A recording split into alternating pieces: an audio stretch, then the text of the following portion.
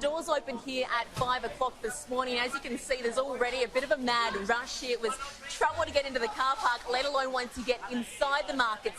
But as we know what it is on the table this year, well, it's all about the lobsters. And I'm joined by George Milonas. He's here at the fish market. George, just how have the sales been going this year?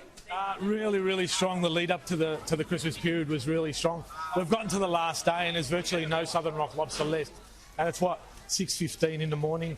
We served our first customer at 3:25 this morning. 3:25 this morning. Gosh, they must have been keen. Yeah, they were. And you sold out yesterday and tried to get even more in, right? Yeah, we tried to get a little bit more in. We got them flown in from Tassie last night. Unfortunately, they couldn't prepare the amount that we wanted in time, so we just got a small portion of what we requested. So, how much would you estimate that you've sold through in the past week or so? Listen, probably it's close to a tonne over the last sort of 10 days, but easily gone, yeah. And how are they compared to normal years? Because obviously they're looking pretty well priced for consumers this year. Yeah, it's something that we haven't seen for a long time. The orders that were coming, the pre-orders that were coming, people were ordering 5 or 6 lobsters at a time, and we haven't seen that for many years. So I just think with all the advertising that went on, it was just something that sort of brought the attention back into people's minds. Yeah. Okay, so if you're someone like me, you don't typically have lobster on your Christmas table, how would you best prepare it? Cut it straight down the middle, devein it, give it a little bit of rinse around the head, and then a little bit of olive oil and some lemon juice, and that's it. And if lobster's not your caper? Moreton Bay bugs are just as sweet.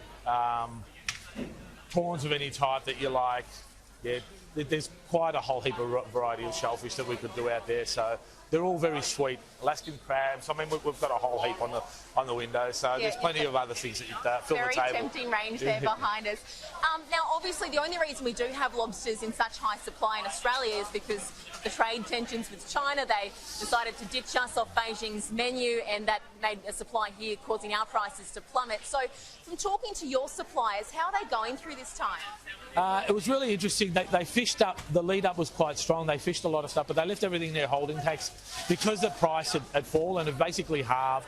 They decided not to go fishing because they didn't want to fill their quotas.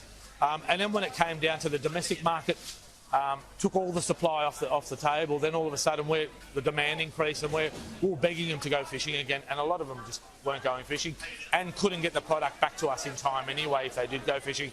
So it was an inordinary year, I should say. It left us all caught out. Yeah, definitely. Well, George Milonas, thank you so much for your time today. My pleasure.